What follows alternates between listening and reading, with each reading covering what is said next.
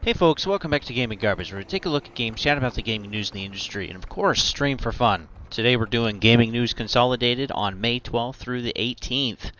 The idea is to I go over hours of news every week, of videos on YouTube, and read over articles, and try to bring you the best, or the most exciting things this week that I think you need to hear about. So, let's go ahead and get started.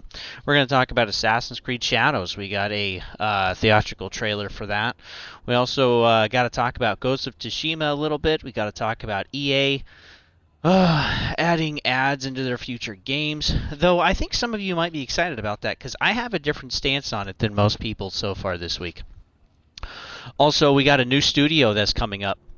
Also, we're going to talk about the president of Xbox talking about basically shutting down Tango GameWorks last week. We're going to talk about some emails that we looked, though these weren't confirmed, and they haven't made their rounds yet. But yeah, it looks like there's some more interesting news at Microsoft with these emails. Also, Xbox is going to be launching their mobile store this summer. We're getting a new Lord of the Rings movie. No, it's not the Rohirrim one. Also, we got another free-to-play live service game that's getting canceled.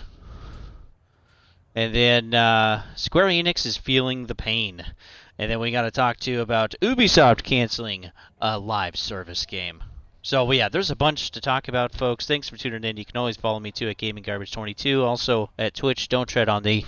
And then we also have a Discord server to mingle and chat and whatever, but also, to be able to find other folks to play with. We actually just had somebody that was watching this stream, Ghost Recon Wildlands, like last night or the night before, and was just wanting to find folks to play with, and like that's exactly really what the Discord server is for, is to be able to find people, is to be able to figure out what type, regardless of game, regardless of platform, and there's voice channels in there, so you don't have to worry about the crappy audio in the game. You can just enjoy the channel or the Discord channel for what it is. So, Assassin's Creed Shadows. This is coming out November 15th. This is by Ubisoft Quebec. This is centered around the Japanese unification, the Sengoku period, which is 1579. This is about 300 years before the game Ronin that Sony has as an exclusive. If you're curious, we get two characters. We get a stealth protagonist and a warrior. This is the shinobi and the samurai. Both protagonists are after real historical characters.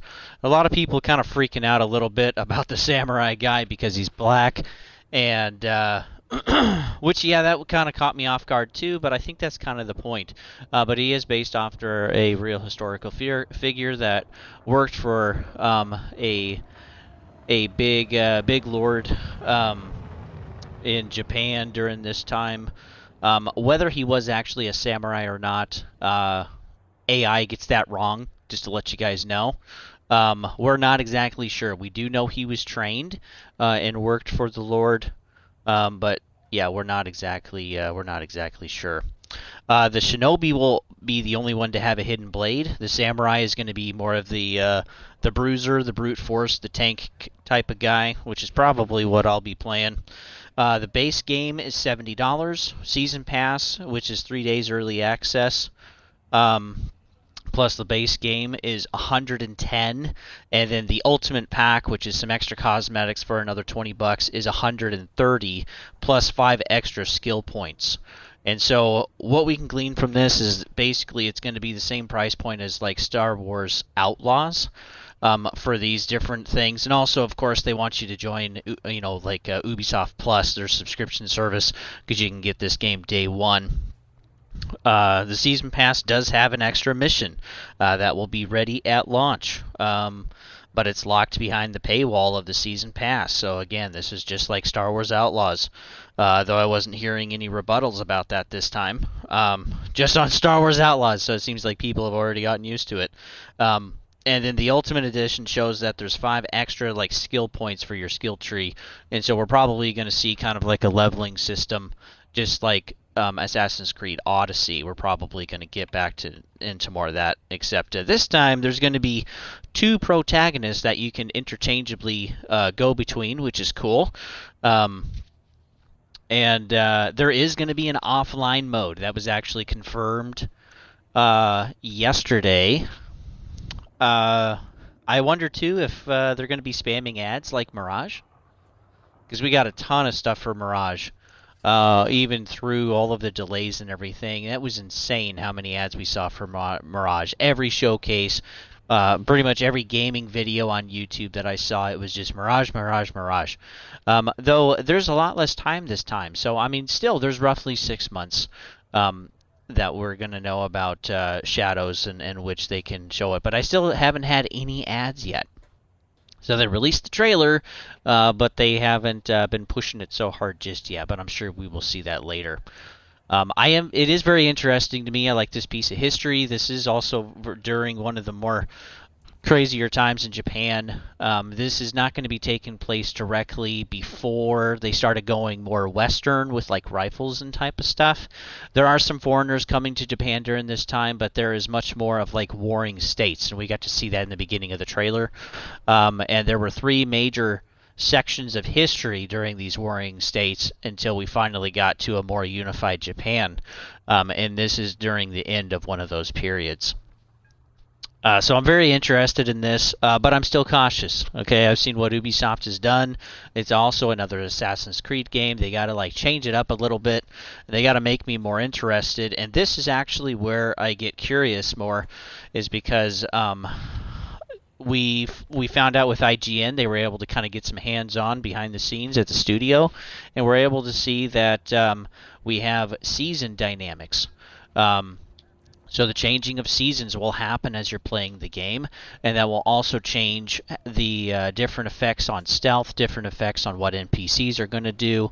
Like example, you can use lakes or like small ponds to be able to lay down and go prone and hide in those for a period of time. But you're also, maybe during the winter, those are all frozen over. During the spring, you're going to have tall grass, and you're going to have more brush to get behind. Snow will probably also leave footprints. Also with ice during the winter, you're probably going to have to be a little more careful on the rooftops, which is cool, or this is just my speculation, maybe like falling ice or falling snow or something like that. And then too, the winter and the cold is also going to change the routes of what enemy NPCs do. They're going to stick closer to where fires are, or where it's warm, and not venture out as far or as long away from fire, because it's really cold. This could affect weapons. That's just my speculation, that it could affect weapons too. And so maybe the shinobi or the samurai will be better suited in some environments or certain seasons over others. That'll be interesting. But two, we found out that you can snuff out light sources. And so this isn't just like, oh, there's a light source, I got to work around it. Now you can snuff out light sources, and that reminds me of like Splinter Cell. And so that's actually pretty exciting. So that changes the stealth mechanic in the game, and what you can do and how you can do it. Maybe even some gadgets as well. So again, until we get actual gameplay and we get to see some of this, some of these are good signs and good changes to aspects of the game. But yeah, I'm still cautious. I want to see more. This is only going to be made for current gen, no PlayStation 4, no Xbox One. This is PS5 and Series X only. Also, we got to talk about the PC port of Ghost of Tsushima. This will need a PSN account if you want to play the multiplayer. If you want to play the single player, that's not going to be a problem. But the game is being removed from the store in all countries and regions where you can't have a PSN account. That's roughly, according to Sony, updated to about 180 now. They added a few other areas. First, last time it was 177, and now it's 180. And so not even allowing the game to be bought in these countries and regions, it just sucks. All of the pre-orders in these countries and regions, they've been automatically refunded. We also know that God of War Ragnarok is coming later to PC, and this will be probably treated the same. Even though you don't need a PSN to play the single player, they're just not going to allow the game to be in these countries and regions because they don't want to have to deal with it. And really, again, folks, they're just continuing to push for the PSN account because they want numbers to go up. And yeah, they're probably going to do that with every single game now. If they've done it back to back for 2 of them, even with the backlash that we had in Helldivers 2, I really don't think it's really going to change much. And Sony's doubling down. They're just requiring and pushing PSN uh, for PC players because yeah, they want those numbers to go up. They want it to look good, but this is probably going to drive more people away. Some people probably won't care, or they'll just cave in a little bit. But you don't usually mess with PCers this way. They already rebutted pretty hard with Helldivers 2. And so yeah, we'll see what happens with Ghost of Tsushima and probably too God of War in the future. We also got to talk about EA adding more ads in future games. During an earnings call, they were asked about by Goldman Sachs about plans for in-game ads. The CEO, Andrew Wilson, said that they have currently teams at EA currently working on how to do, quote, thoughtful implementations inside games. So actually taking a look at the earnings call questions and answers, we're able to cut through a little bit more of the fluff of what's going on this week with EA. A lot of course, YouTube channels are jumping on this, and a lot of articles too are jumping on this, talking about how we're now going to have ads in EA, and that this is a pretty big deal. And I agree, but we need to get into the context here of what was said, how it was said, and how it was brought up during the earnings call. Because I think, is this more of something that EA really wants to do, is in the forefront, like in their prepared remarks during the earnings call? Or was this something that was just asked by Goldman Sachs?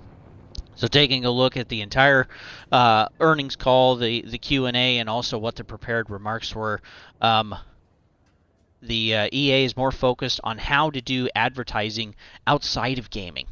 And how to build and harness the power of the communities that they've already built and continue to build with their sports, like UFC, Madden, Football Club, Formula One. They're more excited and focused about how to engage with that because they see so many people focused in these different types of sports. They know they have a really big audience, and they're making money doing it, making these games. But yeah, they do have teams working on how to put ads into the video games still. Okay, they've already done this in the past, but they're more focused and curious about how to, advertise and get some of that revenue and monetization stream going outside of video games. That's kind of like their next thing that they really want to focus on. EA could have done ads already in quite a few of the games that have come out. We have Football Club 24. That was never talked about, of just a bunch of ads or whatever. There's probably a few on the billboards, but it wasn't like completely in your face. They also could have done this with Jedi Survivor. They could have done this with Apex Legends by now. But they haven't. And so, they did put an ad in a UFC game after they released it, and then they removed that with the backlash that they had. It was of the boys. One of Young Yaz videos talking about this was able to show that pretty clearly, which is great. And we've also seen ads with like Mirage and with like Modern Warfare 3 on Xbox. We even saw this way back in like Burnout Paradise with Obama for president. We've also seen different ads and product placement in Final Fantasy games, in Death Stranding games. The game that they had with like Monster Energy. We've also had Miles Morales with an Adidas outfit. And we've also seen stuff in Battlefield promoting, different DLC maps or later seasons or whatever. And it's like, this is not new, folks. Ads are normal. Okay, we already see them on YouTube. We see them on our TV streaming services. We see them in mobile games. We see them on the home screen. I agree. Ads suck. I really don't want to see more. I don't want more of my time wasted. Some of these ads too, like with UFC, you couldn't even skip. But again, I don't necessarily want to be a hypocrite about this, and I don't think other people should either. Realistically, companies can do what they want as long as the player base loves the game. This is why people are going to buy Football Club, Madden, the next UFC game. This is why people are going to buy the next Star Wars game, even if it sucks, like Star Wars Outlaws. This is why people are going to buy Assassin's Creed Shadows, or whatever game you're curious about or you'd like. If they change something, you'd be annoyed, you'd be frustrated, but again, it wouldn't stop you from buying the game. And so, I want us to just think about it, and to be fair, As long as the quality of the game is there, there's world building, it's got fun mechanics, character development, story, or whatever else you need to be in the game, you're going to continue to buy it. And I was even seeing comments and stuff in various videos saying like, "Oh, I'm done buying this. I'm done buying this," or if there's ads, I'm not going to buy it. And honestly, you better get ready to start not buying because companies that have had ads or companies that have focused on some form of advertising, whether they're more blatant in your face or more subtle, you got to look at the publishers, and that's been EA, Ubisoft, Xbox, Square Enix, Sega, Capcom, Take-Two Interactive, Xbox, even Nintendo, Steam, and Epic Game Store. I mean, let's face it, folks, ads are literally everywhere, and I think this is being blown out of proportion. Again, I think it's a kind of note that we should take note of, but I think people are going way overboard with this. This is more of an emotional response than people thinking about what our world is already like. Okay, it's on every single app that we have, our web browser, all of the billboards, the music services that we listen to, like Spotify. Ads are everywhere, and like it's not going to get better. It's not like it's going to go backwards at all. It's going to continue to be more blatant, more constant in your face, and we're already so used to that. It's just a little annoyance anymore. I remember when it was more of a main thing with like Facebook or with YouTube, and it's just like, oh, this sucks. This is horrible. Most people don't know what YouTube was like 10 years ago, because they were still growing, right? Their kids were keeping them off it. But yeah, don't focus on being, a fanboy or a brand boy of like a certain developer. Focus on the publisher, because the dev is the slave to the publisher. Whatever the publisher wants to do or wants to have happen, that's what's going to happen, and there's no way to change that. There's no way to stop that or whatever. So again, even if you're focusing on, oh, well, I like this dev, or they've never done it that way, you still have to continue to think and focus on who the publisher is, because the publisher is the one that's making the decisions, and they're the reason why we dislike a lot of aspects of gaming, why we don't like certain types of games anymore, or certain, franchise, whatever. And again, if it's a bothersome thing, if it's a frustrating thing, whether it's ads in EA games or something else, just, you don't have to harp on it, right? Just don't buy it, okay, and move on. You don't have to like waste your time making a whole bunch of comments or having arguments in chats that really nobody is going to read anyway. It's just a waste of time, folks. Just be mature about it. And yeah, does this suck? It does. But is this going to be in the forefront of EA's mind? No, they're wanting to focus on advertising focused outside of gaming and how they can engage with that, because they can monetize that to death too. And as these companies struggle, as they continue to see revenues fall, we're going to continue to see more layoffs. We're going to continue to see studio closures, canceled games. We're going to continue to see all of these companies try to have ever creative ways to find more ways to get money, because they have to show growth, because they're publicly traded companies. And that's part of the issue. If they weren't publicly traded, I don't think it would be as big of a deal. But since they're publicly traded on the stock market, number have to go up, and so that's what they got to show. Or we're going to have more stories to show that. Also, Xbox. We got quite a bit of Xbox stuff here. Xbox is going to have a new studio under Activision. No, I'm not even kidding. So they just took out 4, right? They took Arcane Austin, they took out Tango Gameworks, Alpha Dog, and Roundhouse. They took all 4 of those out.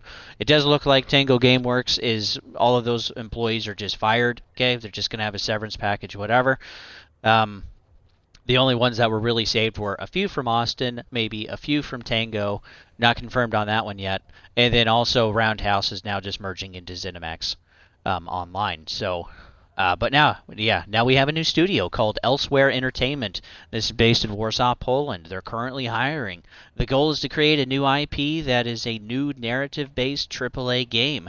This is a long-term IP to be turned into a franchise with an enduring legacy that goes far beyond games.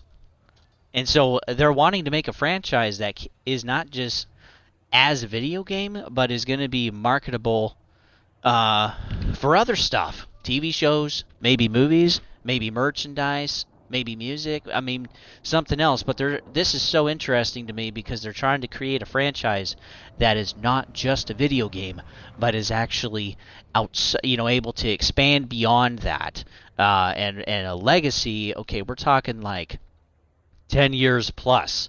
And so Elsewhere Entertainment really has their work cut out for them because they got to come up with something that's going to work.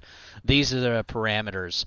The team right now has a large amount of storytelling experts. From The Last of Us, people that worked on Uncharted or The Witcher, Cyberpunk 2077, Destiny, The Division, and Far Cry.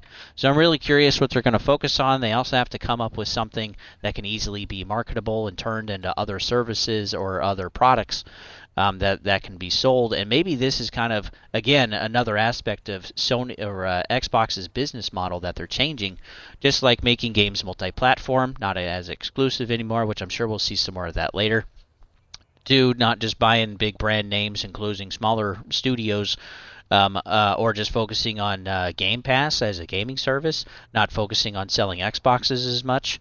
But this too is like creating IPs that can transcend gaming. I just think that's very interesting. So I'll keep you guys up to date with this new studio, and we'll see what happens. Also, we had Sarah Bond. She's the president of Xbox. She gave a horrible interview about why Tango and Arcane Studios were basically shut down. So Tango Game Studios, they made Hi-Fi Rush. That was high praise. They also got some pretty good game awards, fairly good sales, but again, they didn't make all of the money of like Diablo or Call of Duty or Candy Crush, and so yeah, that's why they're gone. And even if you make something awesome, unless it's a huge amount of money or something that can be monetized to death for years to come, it just kind of sets a bad precedent, not just for Xbox, but across every single publisher. And I really think digging into this more and looking into what Phil Spencer has said and what Sarah Bond has said in the past, I really don't believe this was their decision. I think this actually came from Microsoft, not Xbox, but actually from Microsoft, top down, saying, "Hey, you have to find a way to cut costs. Game Pass is not quite performing like we were hoping." Which, I mean, just like everybody else, they're saying the same thing. We're not performing like we thought we could. That's why we're seeing all these layoffs and closures and canceled games. But yeah, I really do think this was kind of more of a Microsoft top-down forced move. And looking into these studios, most of the studios right now that are under Microsoft's umbrella, they're all working on something except for the 4 that were let go. And then Roundhouse could be merged in with Cinemax, which is what they've probably just been working on anyway. And so yeah, I just found that interesting. It sucks, but it's like, well, if I don't do it, someone else will. They'll just replace me, and so I'm not going to be saving any of the studios, and I'll cancel the ones that aren't currently working on a game. And I think that's why Tango went. They just weren't working on a game yet, and so they're gone. Redfall was basically at its finality, and they're going to be gone too. So yeah, it just sucks. Unfortunately, it is the way it is. But yeah, the interview was just horrible with Sarah. She didn't really have any good answers. She was trying to also promote and push other stuff, and we don't know if there were things she couldn't talk about or she couldn't engage with or say about certain things. But it just was not. She hated being up there. She was probably glad for it to be done. If you're curious, I will try to remember to link that in the description so you can watch it yourself. It's roughly, I don't know, 15 or 20 minutes, something like that. It's not super long. It is by herself this time. Phil Spencer was not there. And I wonder if she was just kind of the scapegoat. Yeah. That's horrible. Again, being a scapegoat is awful. But we did find out that Xbox, through her, we did find out during the interview that Xbox is going to be having a mobile store launching this summer for all of our phones to enjoy. And so they have Candy Crush, Minecraft, and COD Mobile, and there's other games, and I'm sure there's plenty more to come too, but they're wanting to get into a direct competition with Google, Epic, and Apple, with the with different stores and with gaming and stuff, and so that's something they want to branch more into. when they bought Activision Blizzard, they also got King, which focuses just on mobile stuff, and it looks like now they're going to be utilizing that. So probably during June showcase, we're going to hear more about the mobile app store. I don't really care. I play my video games on something that's more hardware savvy, and that's where I want to play my games. Also, too, we got some leaked emails. I was not able to confirm this, but this is pretty interesting, that certain divisions within Bethesda and Microsoft are being asked if anyone wants to quit for a good severance package. And so this shows me that, hey, we're not done with layoffs yet. We're going to continue to see more, maybe even some more closures. There is still more cutting that Xbox and Microsoft, or at least one or the other, wants to do to continue to save costs. And employees, they're kind of like a subscription service. As long as they're performing, as long as you're enjoying the content or whatever, you keep the subscription service. As soon as you don't, bye. And that's kind of what's happening, unfortunately, with a lot of people. I think it's going to be insane how many layoffs we officially have. The emails that were given to these type of divisions were like producers, some middle management or leads, and then also quality assurance, and then others at ZeniMax. So, man, I kind of feel bad for Roundhouse. Now they got to survive a second thing coming down the pipe. They already missed completely being closed anyway, and now they merged with ZeniMax, and then now ZeniMax is like getting some of these emails. And that's got to be kind of disconcerting. If I was Roundhouse, I would probably already be looking for another job. I'd be like, yep, this is the second time we're being on the chopping block. Probably not going to make it. I'm just going to ensure my future and my future of my family. So I am unable to confirm this. I heard about this during the Angry Joe show. But yeah, I'm unable to find that. I'm unable to find any stories on this. This is quickly being overlooked. And how they got their source, I'm not sure. Usually their sources are pretty dang good. But again, since I can't put eyes on, I'm just being tentative, folks. Take that with a grain of salt. Next, we got Remedy is going to be canceling codename Kestrel. This was still in early development. This was going to be a free-to-play game that they were scrapping together from a previous project with a focus of co-op PvE. Luckily, no layoffs. They'll just be moved to other projects, which, man, that sounds a heck of a lot better than what Microsoft did. They're still going to be focusing on making... there's still stuff in the pipe to do remakes of Max Payne 1 and 2. And we also have Alan Wake 2 DLCs, expansions. And so that will be coming. But yeah, just a much better way to deal with... just to deal with a company to, cancel the game, don't cancel the studio, right? Unless they really suck, unless they really put out something horrible, and it just did not go well, like Luminous, for example. Just, nope, we're done, just be done with that. And again, for devs it sucks, but you can't save everybody in business. Also, too, Square Enix is feeling the pain. They're now wanting to aggressively go multi-platform because their year-over-year profits dropped 70%. 70% year-over-year.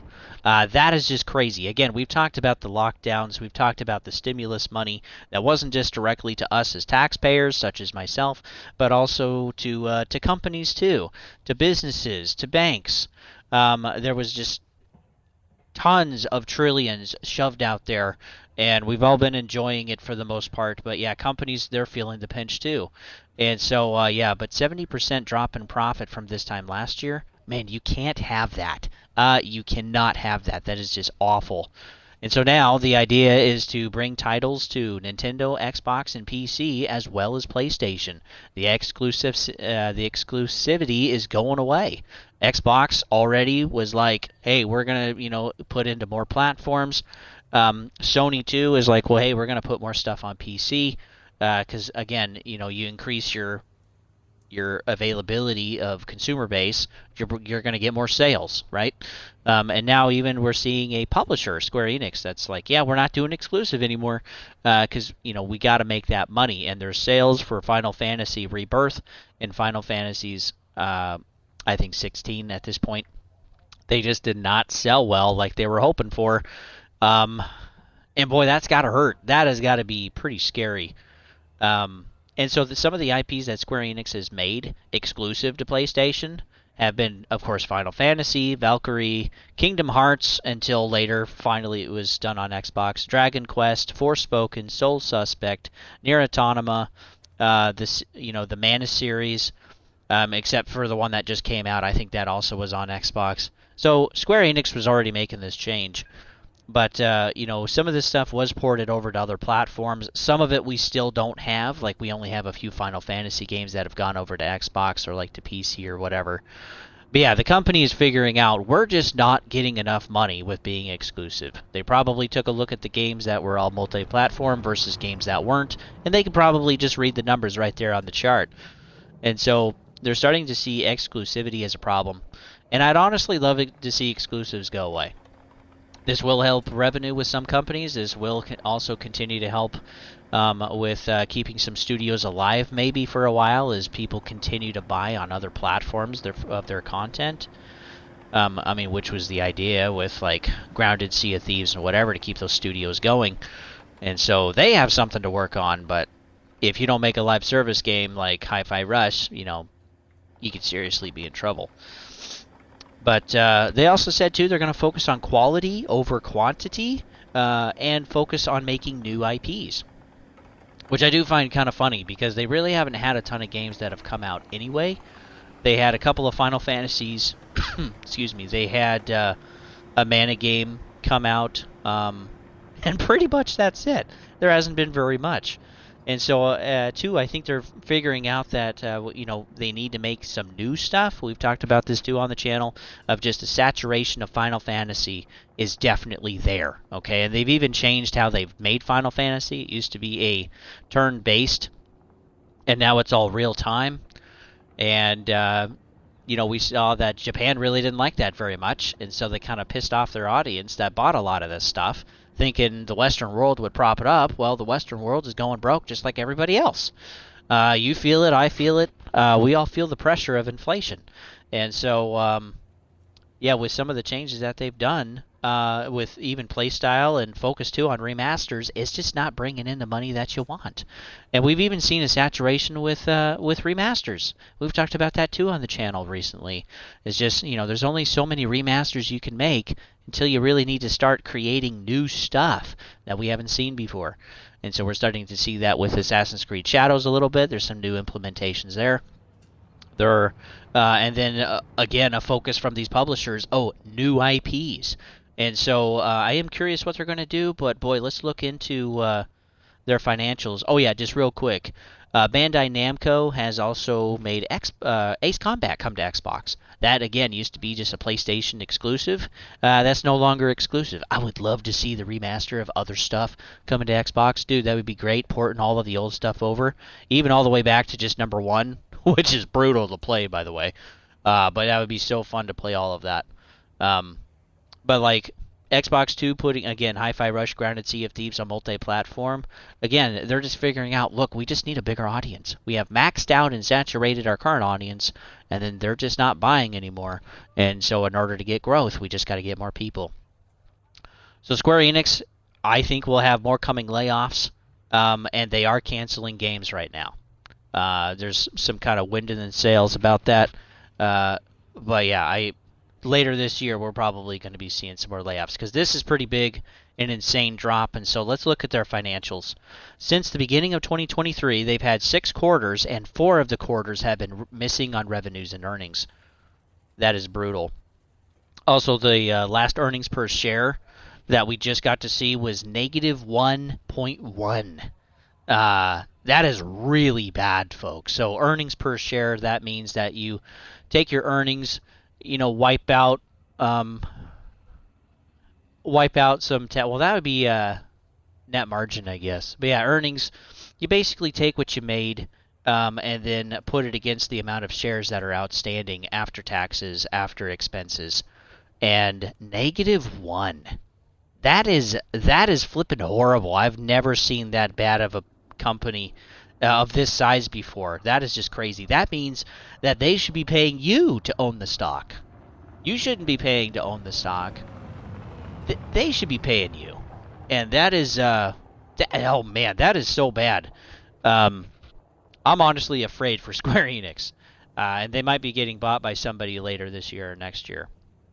We'll have to see. Also, their net margin went from positive 12% gain to a negative 12% from the previous quarter. Just the previous quarter, folks. So in 3 months, they lost 24% of their profit margin. That's really, really bad. Estimated revenues for next quarter are down another 23% from what they made this quarter, so they're losing more. So yeah, things are not looking very good. They do have 1.5 billion in cash equivalents, but I'm sure a lot of that too is also of just holding stock of their own company. And as the stock is going down and continuing to go down, that will continue to get worse and shorter and smaller. So still, it could take a long time to run through that cash, because they're still making money every quarter, but they're just not breaking even, so they're taking a loss most of the time. But yeah, they do need to turn this around, because yeah, this is pretty bad. I was curious too. We took a look at Ubisoft last year. They're finally making a profit of positive 13% for this year. But yeah, the last 18 months, they've had net losses. So again, these companies are having to change stuff around. It's not like they're just starting to lose money and now they're firing everybody or canceling games and whatever. It's just getting to the point where they are on a path of unsustainability, and they aren't going to flip and make it if they don't make some changes. So, yeah, Square Enix, boy, they got to get their stuff together, and they need to start selling stuff. Don't do Final Fantasy. That's my suggestion. Don't do it, okay? Just wait for a couple of years, 3 years, and then put out a Final Fantasy thing, okay? Like in 27 or 28. But yeah, wait for a while. Focus on making some new stuff, some kind of indie type of things. Shove it out there. Get people excited about it. And don't price gouge to death, okay? Don't price gouge to death. You got to be able to, to get people involved. Also, too, we know, too, talking about Ubisoft, they've canceled now Division Heartland. So this was supposed to be a free-to-play game, and that's going to be gone. Currently don't have any layoffs to speak of, but the people working on Heartland are now going to be shifted over to work on X-Defiant. This game's coming out on March 21st. I'm going to show that to you guys. I'm so excited. And, they're saying, quote, there's bigger opportunities. And so they're focusing on other stuff that's going to make them money. We're seeing this type of pivot, too, where it's like, here are all of these IPs and games. Let's just focus on the ones that we know are going to make some money for us and going to keep us profitable during this time, and cancel the rest or close the studios, etc. So yeah, X-Defiant. They also have a Rainbow Six mobile game coming out, and then Division 3 is still in development. And then they're going to be releasing Assassin's Creed Shadows, of course, later this year on November 15th. So Ubisoft is making some more changes too. But yeah, Division Heartland, it's still been in early development. It's not like they wasted a ton of time, but yeah, it is just not going anywhere real fast that they need it to. So Ubisoft also did say, that they want to return to being the lead in open world games. And I think this is why we saw some of the changes in Assassin's Creed Shadows and some of the game mechanics, even though small, they are changes and they are going to affect stealth, they are going to affect gameplay. But this is the type of environment we want, folks, where the financial environment is like a vice, where it's squeezing the companies and saying, hey, you better flip and listen to us or you're done, okay, like they did with Sony and Helldivers 2, and also squeezing them to the point where it's like, hey, we need to do something else besides Final Fantasy and remasters, right? Got to do something else. And so we're going to see some innovation out of this. We're going to see some newer IPs out of this. Again, not everything's going to be great, but I think it's good that we're getting to a point where things are changing. Let's see. Oh, we're getting a Gollum movie. Isn't that great? And I did bring this up because I think of the Gollum game. and it's even going to be called, though this is a work in progress, it's even going to be called The Hunt for Gollum. So, you just can't make this up. This is coming out 2026. The same actor will play Gollum, Circus, and but he's also going to be a director. So I think that's good. Okay, he knows this character. He's going to be able to help with that. But yeah, I'm just not sure if I'm excited to see a Gollum movie. I would rather see something else. We have like a Lord of the Rings Rohirrim movie coming out that's going to be animated. I'd be more excited to see that, okay, because it's got swords and death and stuff, okay, and that's something I'd be more interested. But quote, they want to tell stories that haven't been told, and they want to tell a little bit more of Gollum's story, and that's what the game did horribly. And they're not gamers, so they don't even know that probably came out or how bad it was. But that's already just going to leave a bad taste in our mouths. And this is going to be a movie. This is not a TV show. So this is going to have a pretty big budget. But again, I'm just not sure if I'm excited to see a Gollum movie. What do you guys think? Let's see, I did have, I think, one other thing here.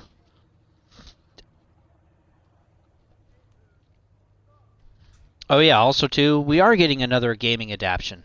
So this is going to be Tomb Raider, the TV show. It's been greenlit for Amazon Prime. It's going to be done in MGM Studios to produce. And then Waller-Bridge, she's going to write and also be like a executive producer. She's been an actress. She was also in Indiana Jones 5. She's done Fleabag, which was very highly rated, and then she did Killing Eve, which was a TV show, which mediocre. Okay, it got an 80 out of 100, which was a B, and then audience score was low 70s out of 100, which was a low C. So Fleabag was a movie, Killing Eve was the TV show.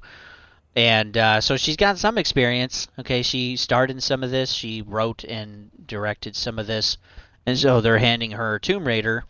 Currently, there's no release date. There's no cast. There's no budget. We know that Fallout has been a big success. Amazon is trying to have another one, as The Witcher is now done. There's not going to be any future Witcher seasons. That's over with.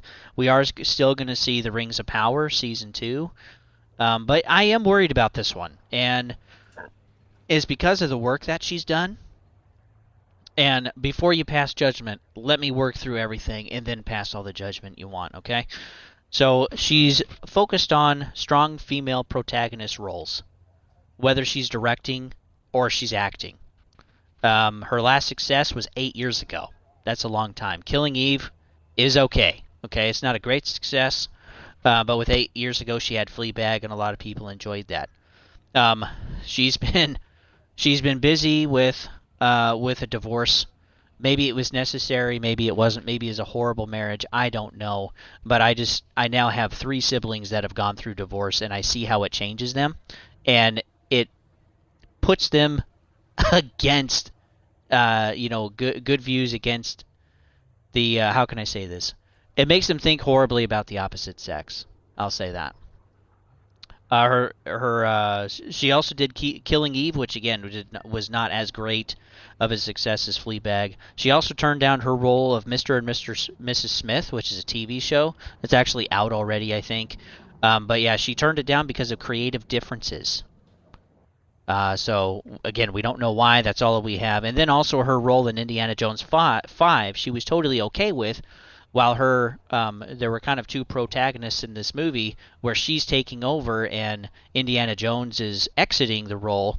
But this movie was a huge flop because, again, with the work with Kathleen Kennedy, they're killing off Indiana Jones. Sorry if that's a spoiler, but he is getting old, folks. In an interview, Harrison Ford's really glad to be done. But yeah, she accepted this role. She liked the role. She had a lot of fun with it. But her character is just awful for the series. It really is. And the other women in the Indiana Jones shows or movies that we've had in the past, they actually support the role of Indiana Jones. They support the character. There's chemistry there.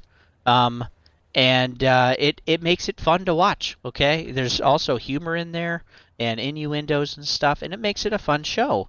But they've all been in their own way strong, independent women in each show, whether it's been Raiders of the Lost Ark, Temple of Doom, or The Last Crusade. Um, but yeah, just Indiana Jones 5 was just not that way. So it's just a bummer. So I do know that she knows Tomb Raider. It was a big part of her life for her, end quote, and also Lara Croft means a lot to her. So she's very excited to do this. She does have experience writing and stuff, but she hasn't had a good success for a while.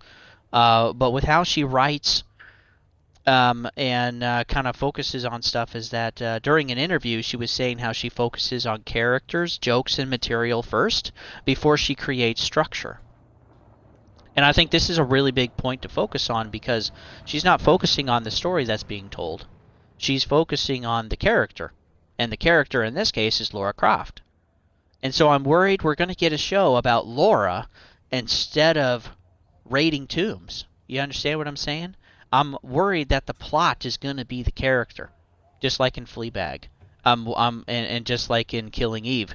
I'm afraid that the focus is going to be focusing on who Lara is, and that everything is going to be centered around showing you aspects of her as a strong, independent woman, instead of focusing on raiding tombs, the interestingness of the history and the artifacts and the dangers and stuff. Not that any of that is going to be in there, but again, we've had some other ones where they focused really heavily on the character, and the TV shows suck. They just flippin' suck. And I'm not excited about this. It's like, too, what they did with Twisted Metal. Okay, like they focused on Sweet Tooth telling his story instead of focusing on Twisted Metal being a freaking tournament with cars and guns and stuff. They focused on Twisted Metal being a persona. I don't freaking want that. They focused too on Rings of Power, it being of Galadriel as she was growing up. I don't freaking want that. On Fallout, they focused of the world of Fallout, which was nice. Does everything make sense, and is there a lot of continuity there? Yeah, there's some issues, of course, with Fallout, right? But I enjoyed Fallout because of the fan service, because of the focus of the world, showing different aspects of it. And they showed a lot in 8 seasons, or 8 episodes, excuse me, and they did a great job. But I worry about Tomb Raider just being about Lara. And I don't want it to be about Lara. I want it to be like the movies. I want it to be about tomb raiding. So we'll see what happens. Again, this is still going to take a while to create, and this is going to be a TV show, so if it flops, we're only going to get 1 season. But yeah, that's what I'm worried about. I'm worried about just making the character instead of making it about what she's doing. So that sucks. So that's all I had for you guys. Thanks for tuning in. You can always follow me too at GamingGarbage22, also over at Twitch at Don't Tread on Thee. Don't forget our Discord server, link down in the description below if I remember this time. And then too, boy, take care of yourselves, folks. Things are stressful. Things are tight financially. A lot of us too. I know most of you are guys on our channel, and we just feel alone. And there was a good quote that I heard of just like, you're surrounded by people, but you feel like nobody's got your back. And that really stuck with me. I felt like that, for the last couple of decades already. I'm an older guy, folks. And yeah, so I understand what that feels like. And, I don't want you guys to feel like you're alone out there. Even though we'll never meet, I still care about what happens to you. I still care about how the economy and the inflation affects stuff. I still care about, just seeing the destruction of relationships and just how hard that is to go through. Again, I got another sibling right now that's, freshly divorced, and just seeing the effects of that, and just, it's just hold on, hold fast, okay? Make good decisions. Go for the things that are going to take work, because ultimately they're going to make you happy. Don't do what's easy. You're not going to have a satisfying life. But yeah, if you need a place, you can rest here. And there's also events too, COD events. We're going to continue to have those. We're going to try to have a guy maybe play with this a bit with a Ghost Recon Wildlands, have a third person. Excuse me. And yeah, we just want to connect with you guys. And it's tough being out there sometimes. And it's okay to have help. It's okay to have a support system. And honestly, We should. You know, for a lot of us, it used to be our dads. For a lot of us, it used to be in school and stuff, and even too in video games. That's why I have the Discord server. But yeah, that is slowly just kind of disappearing. So engage, folks, and I'll see you guys on the next one.